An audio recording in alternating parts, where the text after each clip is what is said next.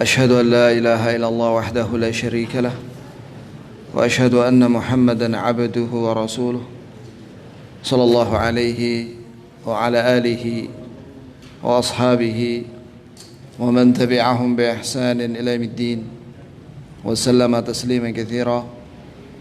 اللهم ارزقنا علما لا ينسى، اللهم انفعنا بما علمتنا وعلمنا ما ينفعنا وزدنا علما واهدنا إليك صراطا مستقيما. Amin. Thumma amma ba'd. Jamaah sekalian, barakallah li wa lakum. Alhamdulillah, hari ini, maghrib ini kita dimudahkan oleh Allah Azza wa Jalla untuk berjumpa lagi di masjid ini dalam rangka untuk mencari ridha Allah dengan talabul ilm. Maka di dalam pembahasan kitab ini, syarah Sunnah Al-Imam Al-Muzani, yang diberikan catatan syarah oleh Syekh Abdul Razzaq dalam At-Ta'liqah atau Ta'liqah, ya. Semoga Allah Azza wa Jalla meridai kita dan memberi kita ilmu yang bermanfaat. Sebelum kita membaca buku ini, sebagaimana kebiasaan para ulama apabila mengawali kajian setelah libur panjang, maka diingatkan yang pertama agar kita membersihkan hati ini dari dosa-dosa. Sebab ilmu itu tempatnya di hati. Kalau hati itu penuh dengan maksiat, dengan dosa-dosa, maka tidak akan banyak ilmu yang didapatkan. Sebagaimana kalau ada gelas, ya, di dalamnya ada kotoran, ada kecoa, ada tikus dan lain-lain. Kalau mau diisi dengan air atau susu, harus dibersihkan dulu. Harus dibersihkan dulu itu gelas, agar supaya air atau susu yang kita tuangkan di gelas itu bisa kita minum. Begitu pula semakin bersih hati kita, maka akan semakin mudah kita mendapatkan ilmu dan memahami ilmu. Yang kedua, mari kita luruskan niat kita. Kita luruskan niat kita dalam mencari ilmu, dalam rangka untuk mendekatkan diri kepada Allah, dalam rangka untuk mencari ridha Allah Subhanahu wa taala dan syurganya. Sebab insyaallah, ya, kita berharap pada Allah Azza wa Jalla bahwa dengan ilmu ini akan mengantarkan ke syurga. Sebagaimana sabda Nabi sallallahu alaihi wasallam, "Man salaka tariqan yaltamisu fihi ilma, sahalallahu lahu bihi tariqan ilal jannah." Barang siapa yang berjalan di satu jalan untuk cari ilmu, maka Allah akan mudahkan dia jalan ke syurga.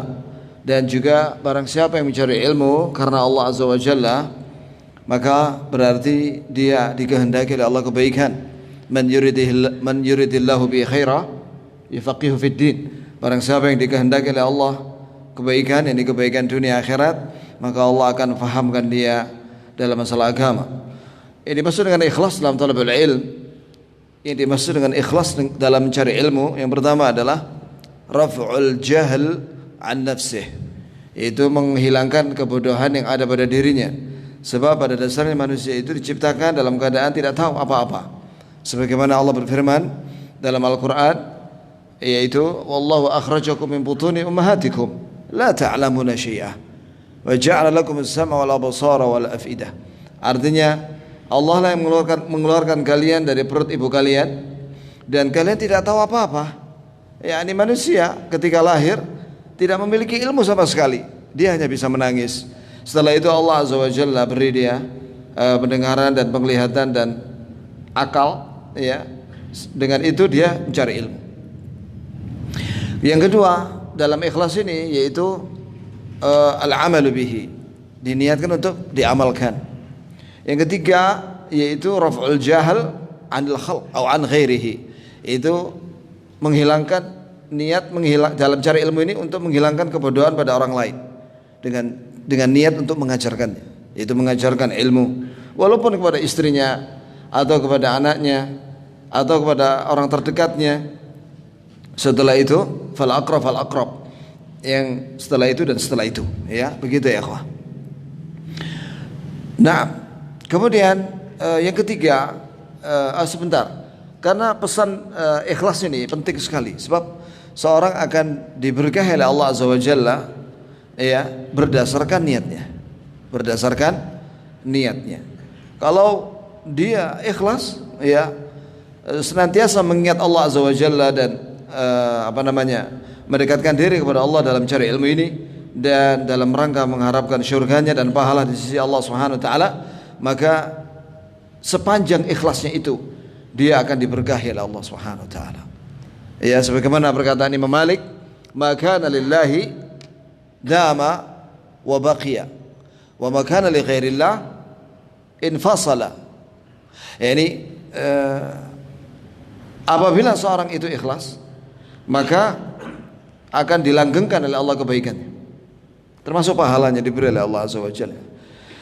Sebaliknya, barang siapa tidak ikhlas, yakni bukan karena Allah dalam cari ilmu dan dalam beramal, maka akan terputus. Ini diputus oleh Allah kebaikan, keberkahan, dan juga pahala terputus saat itu.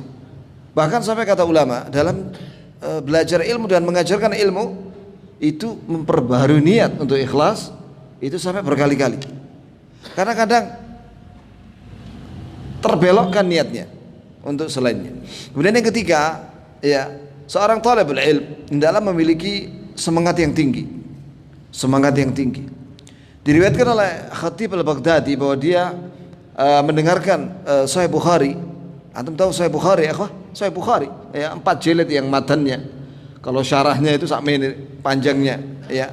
Itu dia mendengarkan, Khatib Al-Baghdadi mendengarkan Sahih Bukhari dari gurunya itu selama 3 hari 3 malam. Hataman 3 hari 3 malam. Bayangkan coba. Itu Sahih Bukhari ada 7.114 hadis. Dia dengarkan dari gurunya. Belajarnya bagaimana? Hari pertama dan kedua dari mulai ba'da maghrib sampai subuh, 2 malam itu.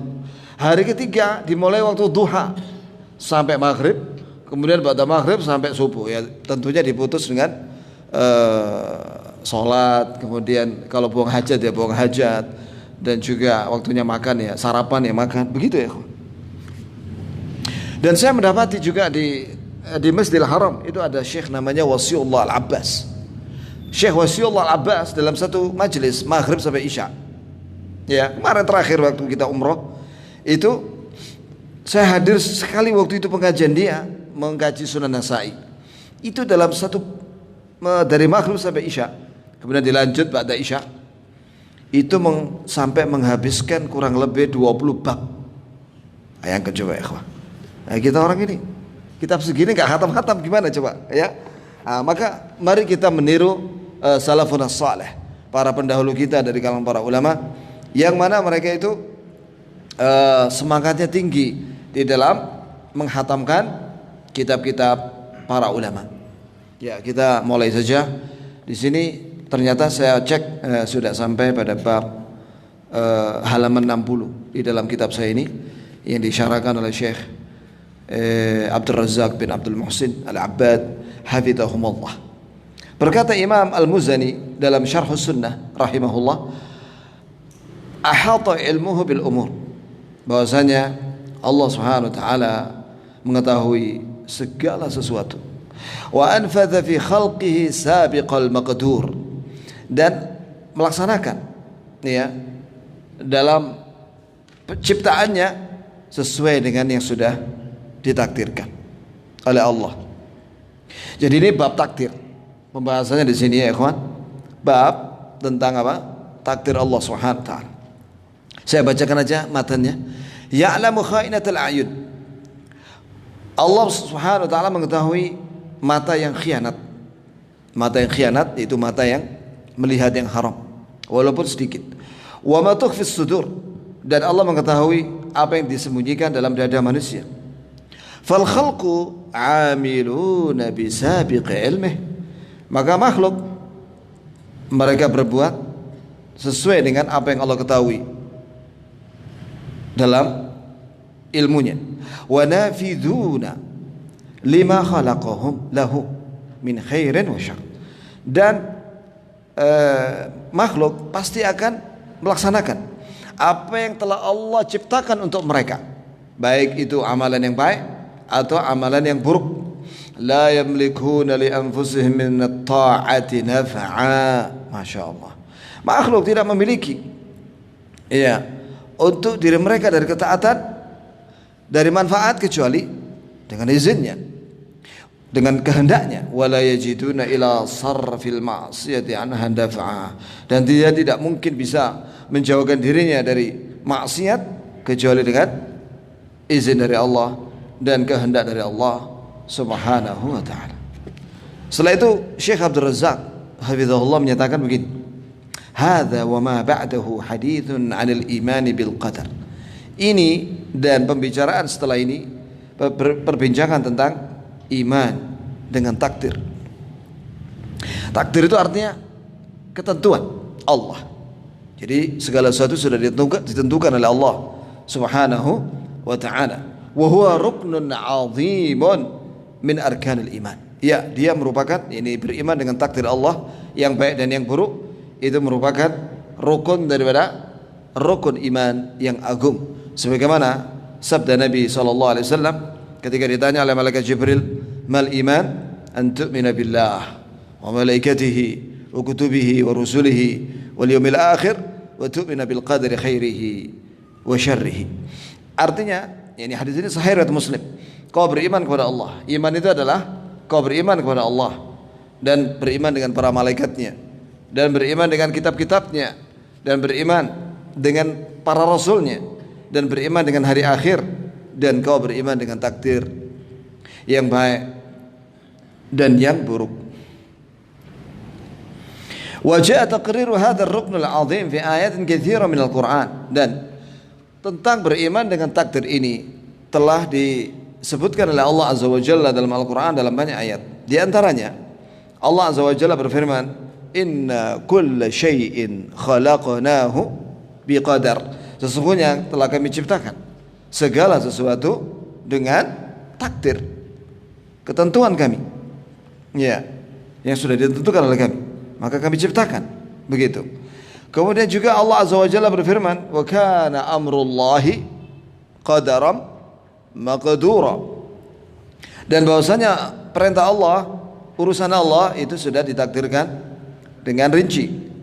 Begitu pula Allah Azza wa Jalla berfirman, thumma ji'ta ala qadari ya Musa.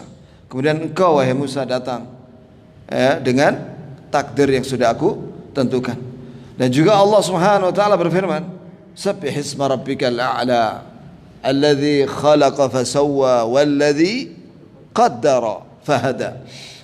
Maka sucikanlah nama Rabbmu dari segala aib dan dari segala sifat yang kurang. Al-a'la, dan dia maha tinggi. Maka kita ucapkan ketika sujud, subhana rabbiyal a'la wa bihamdih alladzi khalaqa. Dialah Allah yang menciptakan segala sesuatu.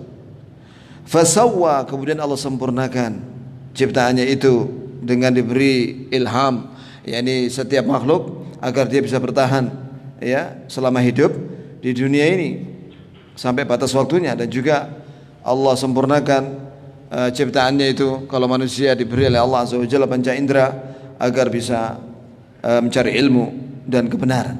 Walladzi qaddara, dialah Allah yang qaddara, yakni menentukan, mentakdirkan segala sesuatu makhluknya. Fahada, dan dialah yang beri petunjuk kepada seluruh makhluknya, baik itu petunjuk dalam urusan kehidupan dunia maupun dalam urusan agama. Wal imanu bil qadar ma'a kaunihi ruknan mustaqillan min arkanil iman sittah illa annahu dakhilun fi ar-rukn al-awwal wa huwa al-iman billah. Kata Syekh hafizahullah, wa iman dengan takdir walaupun dia sebenarnya adalah rukun yang terpisah, tersendiri maksudnya dalam salah satu dari rukun iman yang 6, hanya saja dia termasuk di dalam pembahasan rukun iman yang pertama, wa huwa al-imanu billah, yaitu beriman kepada Allah. Sebab li'anna jami'at taqadir innama hiya an masyiatillah wa qudratih. Sebab semua takdir-takdir yang sudah ditentukan oleh Allah itu berkaitan dengan kehendak Allah dan kemampuan dari Allah Subhanahu wa taala. Walihada qala al-Khalifatul Rasyid Umar bin Khattab radhiyallahu anhu, oleh karena itu Umar bin Khattab radhiyallahu anhu al-Khalifah Ar-Rasyid yang kedua radhiyallahu anhu menyatakan al-qadaru, takdir itu adalah qudratullah, kemampuan Allah. Faman kadzdzaba bil qadar, barang siapa yang mendustakan takdir, faqad jahada qudratullah, maka dia telah mendustakan kemampuan Allah atas makhluknya. Falladzi la yu'min bil qadar laisa mu'minan billahi asla, maka barang siapa yang tidak beriman dengan takdir, sebenarnya dia tidak beriman dengan Allah. Li'annahu jahidun liqudratihi wa masyiatihi, sebab dia menentang kemampuan Allah atas makhluknya dan kehendak Allah. Wa haddul qadar al-jami' lahu. Nah, sekarang had yaitu definisi. Definisi takdir al-jami'. Al-jami' itu adalah definisi yang singkat tapi padat. Itulah arti jami'. Ya, definisi itu dikatakan bagus apabila dia itu jami' mani'. Itu kata ulama usul fikih. Ya. Jami' itu mencakup segala sisi isinya. Mani' ini tidak bisa dikritik lagi. Itulah definisi yang bagus. Kata Syekh Abdul Razak bahwa takdir itu definisinya adalah imanul abdi bi ilmillahil azali wa kitabatihi fil lawhil mahfudhi lima huwa kainun ila yaumil qiyamati wa masyiatuhu azza subhanahu wa ta'ala laha wa khalquhu likulli syai'in. Inilah definisi takdir, yaitu seorang hamba yang beriman. Ada 4 hal yang harus diimani di sini, ya, yang nanti akan dibahas itu 4 itu. Kita bacakan saja, yaitu beriman dengan ilmu Allah. Ilmu Allah, bahwa Allah mengetahui. Nah, nanti penjelasannya terhadap segala sesuatu. Kemudian wa kitabatuhu, dan ilmu itu tercatat di Lauhil Mahfuz. Itu lembaran-lembaran takdir, catatan takdir. Kemudian itu catatan itu sampai kapan? Maksudnya yang dicatat itu peristiwa sampai kapan? Sampai kiamat. Artinya catatan takdir itu yang ditulis oleh makhluk yang bernama pena itu adanya sampai kiamat saja. Ya, ini kejadian setelah kiamat dan seterusnya kehidupan di surga belum dicatat. Yang ketiga di sini wa masyiatuhu laha, dan semua itu yang diketahui dan yang dikehendaki, yang dicatat itu dikehendaki oleh Allah akan terjadi. Kemudian yang keempat, semua yang tercatat itu diciptakan oleh Allah. Semua yang tercatat di Lauhil Mahfuz itu yang akan terjadi dan sudah tercatat di Lauhil Mahfuz itu diciptakan oleh Allah, baik zatnya maupun perbuatannya. Washtamal hadha ta'rif lil qadar ala arkan al-iman bil qada'i wal qadar. Ya, inilah definisi takdir yang tercakup di dalamnya qada dan takdir, ketetapan dan ketentuan. Wa hiya arba'atu arkan. Nah, di sini Syekh menyebut ada 4 rukun yang harus diimani dalam takdir. Kalau para ulama lain menyebut arba' maratib, 4 tingkatan takdir yang wajib diimani oleh seorang muslim. La yakunul abdu mu'mina bil qadari hatta yu'min biha kulliha. Tidak mungkin seorang itu dikatakan beriman dengan takdir sehingga dia harus beriman dengan 4 rukun atau tingkatan takdir ini. Yang pertama, ilmu Allah subhanahu wa ta'ala al-azali, ilmu Allah yang dahulu. Farabbuna subhanahu jalla jalaluhu alima fil azali ma kan. Ya. Bagaimana rinciannya tentang ilmu Allah ini? Bahwa Allah mengetahui apa yang sudah terjadi, semuanya dengan detail. Ya, yang ada di langit dan di bumi beserta isinya, baik itu zat maupun perbuatan. Ya, itu Allah telah mengetahuinya, peristiwa masa lalu. Wa ma sayakun, dan apa yang akan terjadi. Apa yang akan terjadi Allah tahu. Dimulai dari sekarang ini sampai besok dan seterusnya, Allah tahu apa yang akan terjadi hari ini dan seterusnya. Dan wa ma lam yakun law kana kaifa yakun, dan apa yang belum terjadi, sekiranya terjadi, ya, apa kejadian setelah itu Allah tahu. Itu disebutkan dalam surat Al-An'am. Allah Subhanahu wa taala berfirman, "Walau tara idh wuqifu 'alan nar faqalu ya laitana nuraddu wa la nukadziba bi ayati rabbina wa nakuna minal mu'minin bal badalahum ma kanu yakhfuna min qablu walau ruddu la'adu lima nuhu anhu wa innahum lakadzibun." Artinya, sekiranya engkau wahai Nabi melihat orang-orang kafir berdiri menghadap neraka, diberdirikan menghadap neraka. Ini orang kafir pada hari kiamat akan diperlihatkan neraka di depan mereka. Faqalu, maka orang kafir itu berkata begini, ya laitana, aduh celaka kami, nuraddu, alangkah baiknya kalau kami dikembalikan ke dunia, wala nukadziba bi ayati rabbina, dan kami tidak akan mendustakan ayat-ayat Rabb kami, wa nakuna minal mu'minin, dan kami ingin menjadi orang-orang mukmin kalau dikembalikan lagi ke dunia. Jadi mereka menyesal dan mereka minta kepada Allah agar dikembalikan ke dunia untuk beriman dan beramal saleh. Maka Allah jawab, bal badalahum, bahkan telah nampak bagi mereka, makanu yukhfuna min qabl, apa yang mereka sembunyikan selama ini.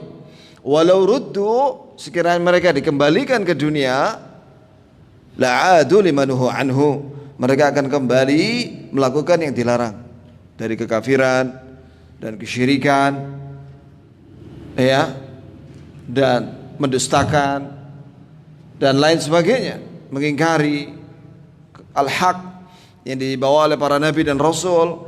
Subhanallah, wa innahum lakadzibun, dan sesungguhnya mereka pendusta. Jadi Allah Maha tahu, sekiranya orang kafir yang minta balik ke dunia dikabulkan, Allah tahu bahwa mereka akan kembali dusta, kembali mengingkari, kembali kafir, kembali musyrik. Itulah yang dimaksud sekiranya terjadi, maka Allah tahu apa yang terjadi setelah itu.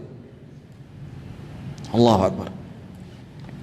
Wa ilmuhu muhitun bi kulli syai', dan ilmu Allah meliputi segala sesuatu, besar atau kecil yang ada pada makhluknya ini. Taqiqil asya' wa jaliliha, yang kecil maupun yang besar, khafiha wa zahiriha, yang tersembunyi maupun yang nampak, sirriha wa alaniha, maupun yang dirahasiakan maupun yang ditampakkan oleh makhluk. Itu diketahui semuanya oleh Allah. Kama qala ta'ala, sebagaimana Allah Ta'ala berfirman, wasi'a rabbi kulla syai'in ilma, sangat luas Rabbku ilmunya atas segala sesuatu. Baik, yang kedua, rukun takdir atau tingkatan takdir yang kedua yang wajib kita imani, kitabullahi subhanahu wa ta'ala fil lawhil mahfuz li kulli ma huwa kain ila yaumil qiyamah. Yani catatan ilmu Allah di Lauhul Mahfuz setiap apa yang akan terjadi sampai hari kiamat. Kama qala ta'ala, sebagaimana Allah Ta'ala berfirman, wa kullu syai'in fa'aluhu fi zubur wa kullu saghirin wa kabirin mustatar. Segala sesuatu yang mereka lakukan itu tercatat di lembaran-lembaran, yakni Lauhul Mahfuz. Konon ikhwah, lembaran ini tingginya satu lembar dari langit sampai bumi. Catatan seluruh makhluk. Itu ya ikhwan. Jumlahnya Allahu a'lam, hanya Allah yang tahu. Kemudian wa kullu saghirin wa kabirin mustatar. Semua kejadian yang kecil atau yang besar tercatat. Iya. Bagaimana? Disebutkan dalam hadis yang sahih yang diriwayatkan oleh Imam At-Tirmidzi dalam Jami' dan disahihkan oleh Syekh Al-Albani dalam silsilah sahihah nomor 133. Hadis nomor 133. Kata Nabi SAW, inna awal ma khalaqa Allah al-qalam. Wa qala lahu uktub. Qala ma aktubu. Qala uktub al-qadar. Ma kana wa ma huwa kain ila al-abad. Fi riwayat ila mil qiyamah. Nanti ada riwayatnya. Nah ini dia. Ya. Yani kata Nabi sallallahu alaihi wasallam, sesungguhnya makhluk yang pertama kali Allah ciptakan adalah makhluk yang bernama apa? Al-qalam. Pena. Allah alam penanya segede apa? Allah alam. Yang jelas bukan pena pulpen antum itu ya, akhi. Ya. Allah alam, ada makhluk yang Allah ciptakan namanya apa? Pena. Allah bersumpah, Nun wal qalami wa ma yastur. Masya Allah. Nun hanya Allah yang tahu artinya. Sebagaimana huruf al-muqatta'ah, huruf-huruf yang terputus-putus di awal ayat di beberapa surat itu mimma ista'tharallahu bi'ilmih, kata ulama li tafsir, ya, hanya Allah yang tahu artinya. Wal qalami, demi pena, wa ma yasturu, dan apa yang dia tulis. Ya, kemudian maka Allah berfirman kepada pena, uktub, tulislah. Maka pena itu berkata, jadi di sini menunjukkan bahwa pena itu bisa ngomong, ya akhi. Ma aktubu, apa yang saya tulis? Maka Allah menjawab, uktubul qadar, tulis semua takdir makhluk, apa yang telah terjadi dan apa yang akan terjadi selamanya. Dalam satu riwayat diriwayatkan di sini oleh Imam Muslim dalam sahihnya, sahih, kataballah maqadir al-khalaiq qabla an yakhluqa as-samawat wal ard bi 50,000 sana. Masya Allah. Perhatikan ini ya, sabda Nabi ini. Allah telah mencatat seluruh takdir, ketentuan makhluk ciptaannya, dan itu sudah rampung sebelum Allah menciptakan langit dan bumi 50.000 tahun sebelumnya. Jadi setelah rampung itu catatan takdir makhluk, 50.000 tahun berikutnya Allah menciptakan langit dan bumi selama 6 hari. Allahul ladzi khalaqas samawati wal arda wa ma bainahuma fi 6 ayyam. Allah lah yang menciptakan langit dan bumi dan makhluk yang ada di antara keduanya selama 6 hari. Kata Ibnu Katsir, 6 hari di sini ada dua pendapat ulama ahli tafsir. Yang pertama, 6 hari seperti biasa, dimulai dari hari Ahad, diakhiri pada hari Jumat. Al-Jumu'ah, diawali dari hari Ahad, diakhiri pada hari Al-Jumu'ah, Jumat, ya. Seperti biasa, 24 jam satu harinya. 6 hari selesai penciptaan langit dan bumi. Pendapat yang kedua, satu hari sama dengan 1000 tahun. Berarti kali 6 berapa? 6000 tahun. Allahu a'lam. Mana yang kuat dari dua pendapat itu? Itulah dua pendapat ahli tafsir. Ya. Faqauluhu maqadirul khalaiq. Sabda Nabi maqadirul khalaiq. Tanawal jami' al-a'mal wal arzaq wal ajal. Wa kulluha maktubah fil lauhil mahfuz. Takdir makhluk termasuk di dalamnya, di samping makhluk itu sendiri termasuk semua amalan, perbuatan, baik atau buruk. Ya. Termasuk ada yang lagi megang ini apa? Dagunya. Ada yang megang jenggotnya. Ya aku dewe. Ada yang senyum. Ada yang sedikit ngantuk, ya. Nah, itu semua perbuatan makhluk. Itu termasuk takdir Allah. Ya ikhwah. Dalilnya mana ya ikhwah? Nah, nanti dalam bab penciptaan. Ya. Kemudian termasuk di dalamnya takdir makhluk itu arzak, rezeki. Rezeki itu ada 2, bahkan ada 3. Sebut oleh Nabi ilman nafi'ah. Jadi ilmu yang bermanfaat itu rezeki dari Allah. Maka minta sama Allah rezeki itu ilmu. Ya. Yang kedua, amalan saleh. Itu rezeki. Amalan saleh itu yang wajib dan sunnah. Yang niatnya ikhlas karena Allah. Itu amal saleh. Jadi kalau misalnya ada seorang berat melaksanakan salat duha misalnya, minta sama Allah, ya Rabb, beri aku salat duha. Karena Allah yang beri rezeki semua. Apa namanya? Amalan saleh itu rezeki dari Allah. Sebagaimana sabda Nabi SAW, Inna Allah qassama al-a'mal wa fi riwayah al-akhlaq kama qassama al-arzaq. Sesungguhnya Allah membagi amal saleh, dalam satu riwayat akhlak yang baik, sebagaimana Allah membagi rezeki. Fulus, makanan, tempat tinggal, istri, anak, itu rezeki dunia.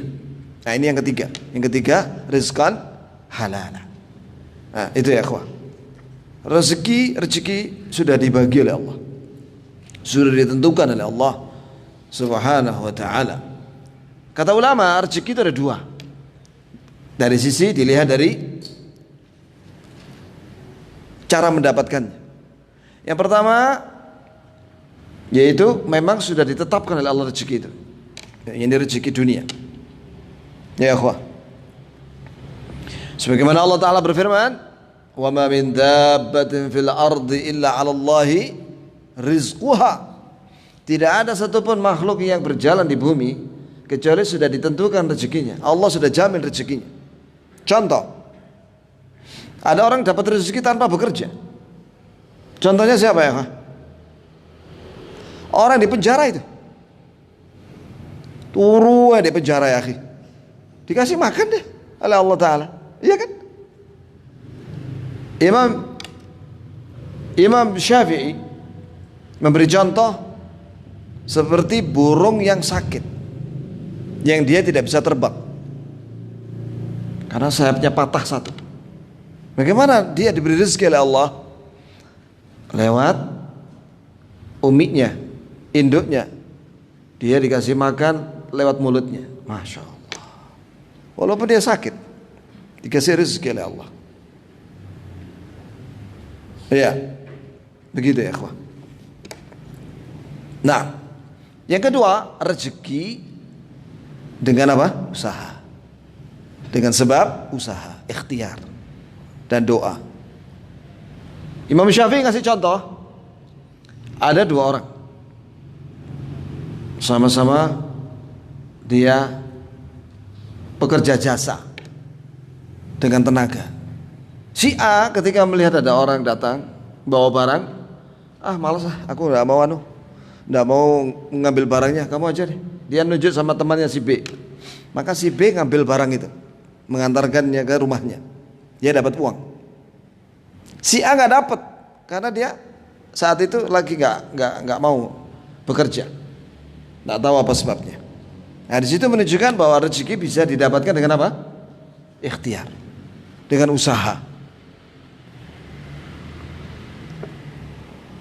Baik ya ikhwan.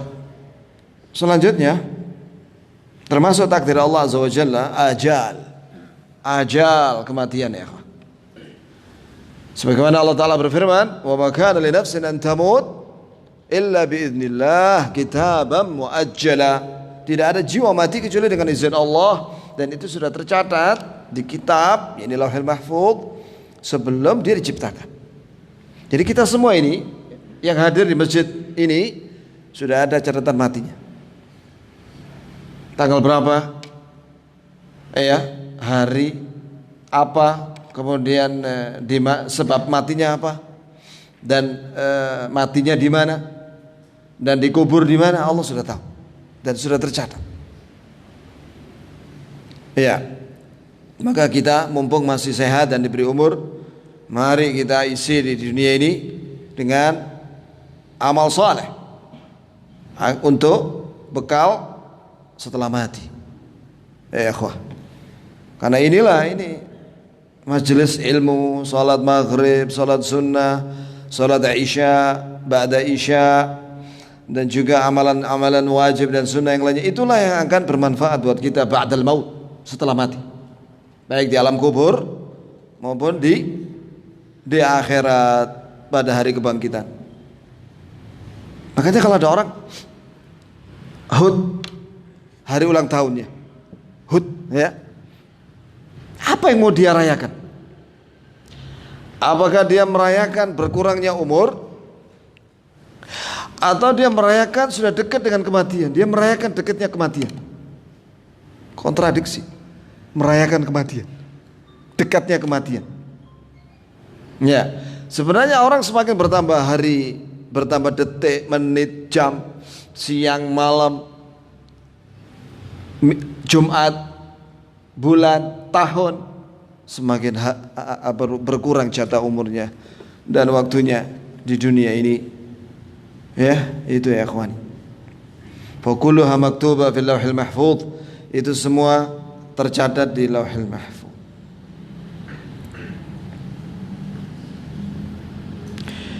Ya, yang ketiga, yang termasuk rukun takdir yang harus kita imani dan tingkatan takdir yang harus kita imani, kita yakini masyiatuhu an-nafidah.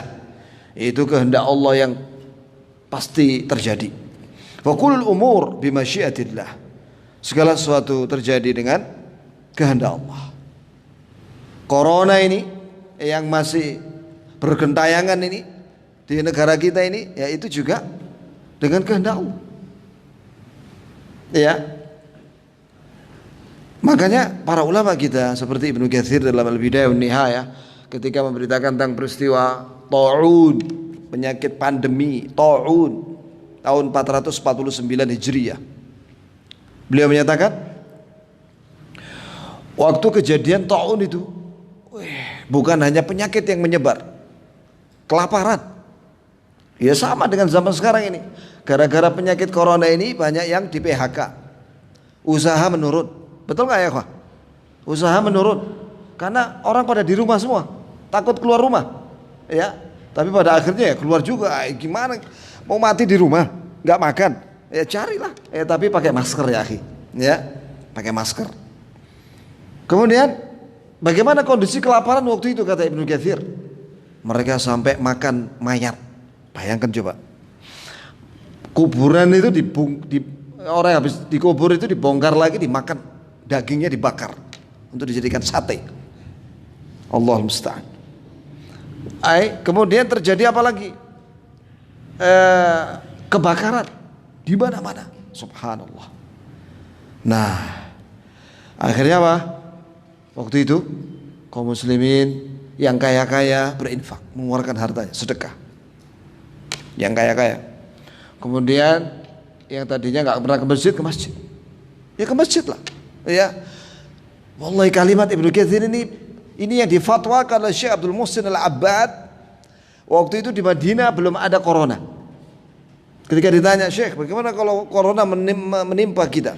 Apakah kita tinggalkan masjid? La ya akhi, justru itu ke masjid. Nah sekarang ini hatta di Saudi masih ada corona dan tiap hari penambahannya ya banyak juga. Para ulama di sana berubah fatwanya, yang dulunya nggak usah ke masjid, tapi berjarak. Ini fatwa para ulama kibar ya, ya, untuk menghindari penularan. Ya minimal pakai masker. Kalau di Indonesia ini bebas, orang pakai nggak berjarak bebas sudah.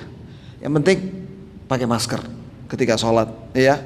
Kalau misalnya sekeliling antum sehat, ya insya nggak usah pakai masker ya nggak apa-apa. Untuk apa ke masjid? Ya supaya Allah segera mengangkat ini musibah.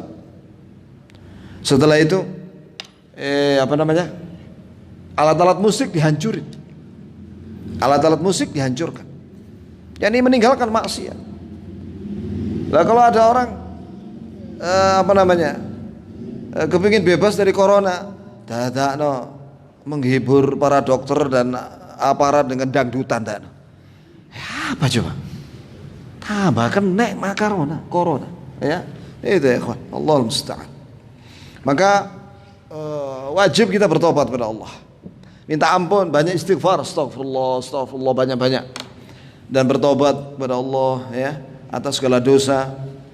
Ya, ma nazala bala'un illa bi dzambin, tidaklah Allah menurunkan bencana kecuali karena dosa.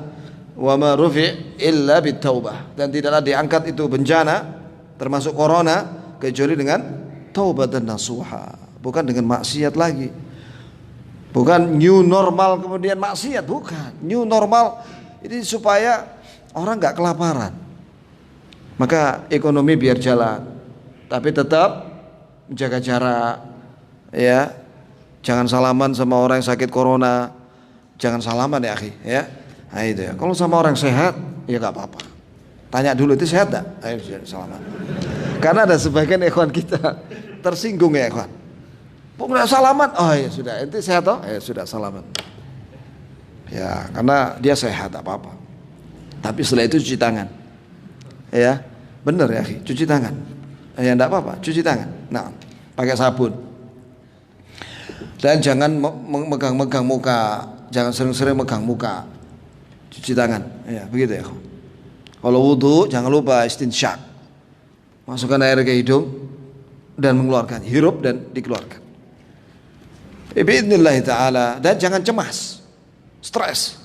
Jangan terlalu takut. Akhirnya justru tambah menurun imunnya. Demikian kata dokter ya. Saya cuma nukil aja. Tapi ikhwah, masyiah. Semua yang terjadi, baik itu adanya makhluk, penciptaan makhluk dan perbuatan makhluk, baik atau buruk, ya, itu semua dengan kehendak Allah. Dikehendaki oleh Allah. Sebagaimana pernyataan para ulama, masyaallahu kan. Apalkan ini kalimat ya ikhwah. Apa yang Allah kehendaki pasti terjadi. Wa ma lam yasha lam yakun. Apa yang tidak dikehendaki tidak terjadi. Pasti. Kemudian dalilnya liman syaa minkum ay yastaqim wa ma tasyauna illa yasha Allah rabbul alamin. Bagi yang mau di antara kalian silakan untuk memilih Islam, lurus di atas Islam. Dan kalian sebenarnya tidak apa yang kalian kehendaki tidak akan terjadi kecuali dikehendaki oleh Allah Rabbul Alamin, Rabb yang menciptakan alam semesta itu, barulah itu bisa terjadi. Wa inna jami'al khalquh, sebab semua makhluk ciptaannya. Wa jami'ul mulkuh, seluruh kerajaan langit dan bumi miliknya. Fala yaqa'u fi mulkih subhanahu wa ta'ala illa ma syaa. Maka tidak mungkin terjadi sesuatu pada kerajaannya kecuali dengan kehendaknya. Makanya kita kalau mau melakukan sesuatu di masa mendatang, ucapkan apa? Insyaallah. Jika dikehendaki oleh Allah. Jika sudah terjadi qadarullah, ini sesuatu yang sudah terjadi dan tidak enak, maka jangan mengatakan sekiranya, tapi katakanlah qadarullah wa ma syaa fa'al. Ini sudah ditakdirkan oleh Allah, ditentukan oleh Allah, dan apa yang ditentukan itu pasti apa yang dikehendaki itu pasti terjadi. Azan ya akhi. Tapi akhi, azan dulu. Setelah itu kita lanjutkan sedikit, dan barangkali ada pertanyaan kita jawab insyaallah.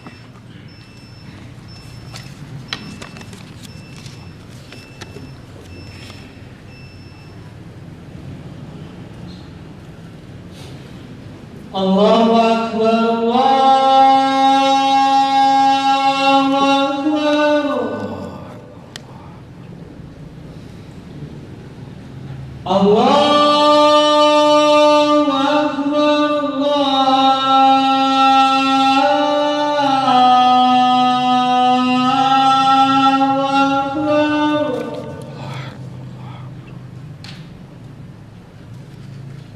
Asyhadu an la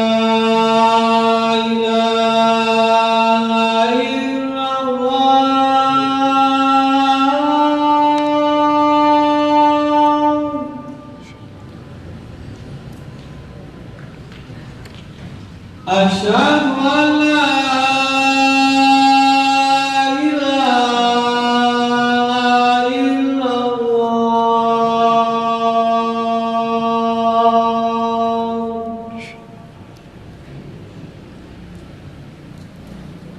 أشهد أن محمدا رسول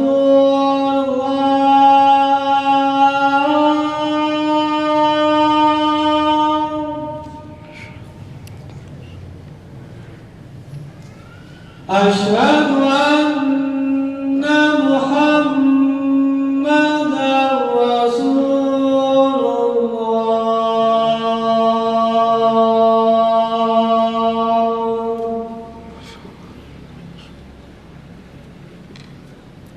حي على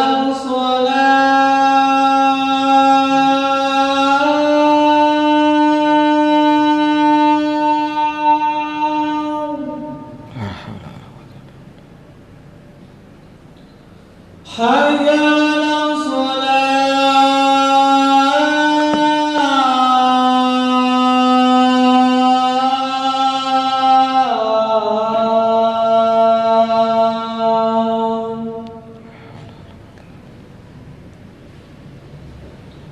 حي على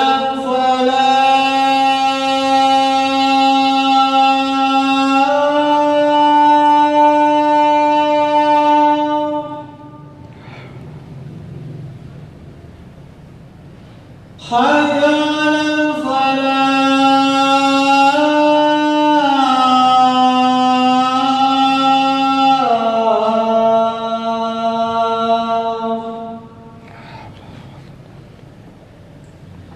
الله أكبر الله أكبر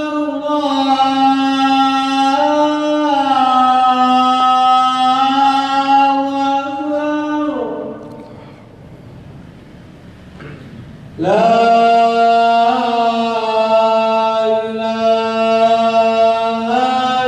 إلا الله La ilaha illallah, asyhadu an la ilaha illallah.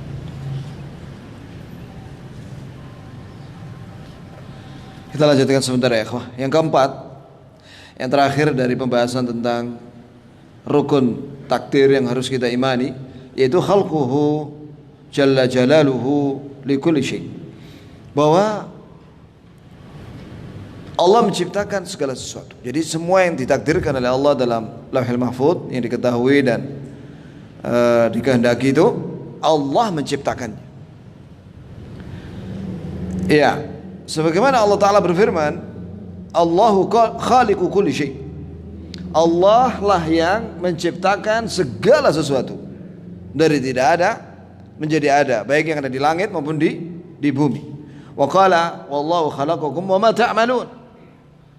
Allah lah yang menciptakan kalian wahai manusia, dan yang menciptakan perbuatan kalian, baik atau buruk. Fayajibul iman bi anna al-asya' kullaha makhluqa lillah. Maka wajib meyakini bahwa segala sesuatu ini diciptakan oleh Allah. Tentunya yang namanya diciptakan tidak berhak disembah. Yang berhak disembah hanya yang menciptakan, yang maha menciptakan. Fayadkhulu fi dzalika dawat wa maqama biha min harakat. Maka termasuk di dalam bab ini yaitu meyakini bahwa yang diciptakan adalah segala zat yang ada di langit dan di bumi, wa maqama biha min harakat, dan segala yang bergerak dari makhluk-makhluk itu dan yang diam itu semua diciptakan oleh Allah. Kullu dzalika khalqullah azza wa jalla. Semua itu diciptakan oleh Allah azza wa jalla. Sekarang kita ingin menjawab pertanyaan. Di sini ada barakallahu fik, Ustaz. Barakallahu fik wa barakallahu fik. Seperti apa kesesatan Qadariyah? Dijelaskan dalam Sahih Muslim di Kitabul Iman, di hadis yang pertama. Di Kitabul Iman, di halaman hadis yang panjang, ada dua orang dari Basra datang ke Madinah mau menuju Mekah untuk umrah atau haji. Ketika mampir di Madinah berjumpa dengan Ibnu Umar radhiyallahu anhuma. Kemudian maka dua orang dari Basra ini duduk di samping kanan kiri Ibnu Umar, dan dia keduanya atau salah satunya mengatakan bahwa di kota kami Basra, ya, ada seorang, disebut namanya, saya lupa namanya ya, antum lihat di Sahih Muslim, bahwa dia mengatakan innal amra unufun, anallah la ya'lam hatta yaqa, la ya'lamu syai'an hatta yaqa. Yani Allah tidak tahu sesuatu itu kecuali jika terjadi baru Allah tahu. Ini dia mengingkari ilmu Allah yang akan datang. Dia meyakini ilmu Allah yang sudah terjadi, makhluk yang sudah terjadi dia mengimani. Apa yang sekarang terjadi dia mengimani, Allah tahu. Tapi yang akan terjadi dia mengingkari. Nah, saya ingat sekarang namanya Ma'bad al-Juhani. Ma'bad al-Juhani ini Qadariyah yang pertama, yang mengingkari ilmu Allah yang akan datang. Maka Ibnu Umar menyatakan, jika kamu ketemu sama dia, kabarkan kepada dia bahwa Ibnu Umar berlepas diri dari dia, dan dia berlepas diri dari Ibnu Umar. Demi Allah yang jiwa Ibnu Umar di tangannya, jika dia berinfak emas seberat gunung Uhud, tidak akan diterima sampai dia beriman dengan takdir Allah, yaitu ilmu Allah. Termasuk di dalamnya ilmu, karena ada 4 takdir itu yang harus kita imani, ya. Terus dia bawakan hadis itu dari bapaknya, dari ayahandanya yaitu Umar, hadis tentang Jibril itu yang mengajari Nabi sallallahu alaihi wasallam dan para sahabat tentang rukun iman dan rukun Islam, dan tentang ihsan dan tanda-tanda kiamat. Di sini menunjukkan barang siapa yang tidak meyakini ilmu Allah, maka dia Qadari. Qadari maksudnya apa? Qadariyah, aliran sesat Qadariyah. Kemudian jamaah sekalian, Nabi SAW menyatakan al-Qadariyatu majus hadhil ummah, bahwa Qadariyah itu adalah majusi umat ini. Bagaimana maksudnya? Diterangkan oleh Syekh Al-Albani dalam syarah Aqidah Tahawiyah. Beliau mengatakan begini, bahwa orang Qadariyah itu meyakini 2 pencipta. Yang pertama Allah, yang kedua diri mereka sendiri. Karena mereka mengatakan bahwa yang menciptakan perbuatan mereka adalah diri mereka sendiri, bukan Allah. Padahal Allah menyatakan wallahu khalaqakum wa ma ta'malun. Allah yang menciptakan kalian dan Allah yang menciptakan perbuatan kalian. Jadi sama dengan Majusi yang meyakini 2 pencipta. Yang pertama nur atau cahaya atau api yang menciptakan kebaikan. Kemudian ad-dhalam, kegelapan yang menciptakan keburukan. Itu orang Majusi. Maka Qadariyah sama dengan Majusi, meyakini dua pencipta. Itulah kesesatan Qadariyah. Bagaimana mensikapinya? Mensikapinya kalau ente tahu bahwa dia betul-betul Qadariyah kayak Ma'bad al-Juhani dan pengikutnya, jangan sholat di belakangnya, karena nggak sah sholat di belakangnya.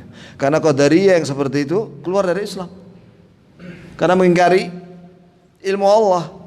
Mengingkari ilmu Allah berarti mengingkari ayat dan hadis tentang ilmu Allah.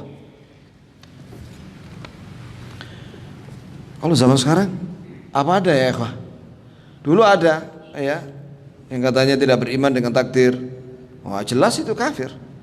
Walaupun dia meyakini 5 rukun iman, tapi tidak beriman dengan takdir yang keenam, ya kafir. Harus mengimani seluruh rukun iman itu. Kemudian ini adalah pertanyaan yang kedua, apakah manusia dapat memilih takdir? Misal katanya, jika ada perempuan A salehah dan perempuan B kaya, lalu jika saya memilih salah satu atau kedua-duanya, masya Allah, juga termasuk takdir Allah? Iya, itu semua takdir Allah Azza wa Jalla. Maksudnya di sini bahwa termasuk di dalam takdir itu harus ada ikhtiar dan usaha. Ya, termasuk seorang mendapatkan takdir Allah Azza wa Jalla, misalnya rezeki misalnya, itu kan takdir Allah. Itu harus juga dibarengi dengan apa? Usaha, ikhtiar. Contoh, misalnya ada orang pengen punya anak, ya nikah, anak kandung maksudnya, ya nikah. Pilih wanita yang subur. Ya, bagaimana cara memilih wanita yang subur? Tanyakan kepada dia ketika ta'aruf, bagaimana headmu? Lancar apa ora? Kalau dia bilang nggak pernah head, nah hati-hati, itu ciri-ciri mandul. Cari yang lain. Ya, begitu ya ikhwah. Begitu pula seorang kalau ingin hafal Quran, ya belajar ya akhi. Hafal. Bagaimana para ulama memberitakan tentang menghafal Quran itu? Per ayat dibaca 40 kali, diulang-ulangi 40 kali. Masya Allah. Setiap ayat. Jadi ayat pertama 40 kali, ayat kedua 40 kali, terus sampai satu halaman. Terus diulangi itu semua satu halaman 40 kali. Hafal kan? Kalau ada orang menghafal Quran cuma baca satu sekali tok, ya susah. Karena kita ini bukan Ibnu Taimiyah. Ibnu Taimiyah itu sekali baca hafal dia, sekali tok. Kalau zaman sekarang ini kayak apa ya? Kayak komputer, ya. Dilebokno sekali memori, langsung tersimpan. Habis waktu ya ikhwah. Insyaallah pertanyaan berikutnya kita jawab pada pertemuan berikutnya biiznillah taala. Kita akhiri dengan kafaratul majlis. Subhanakallahumma bihamdik asyhadu an la ilaha illa anta astaghfiruka wa atubu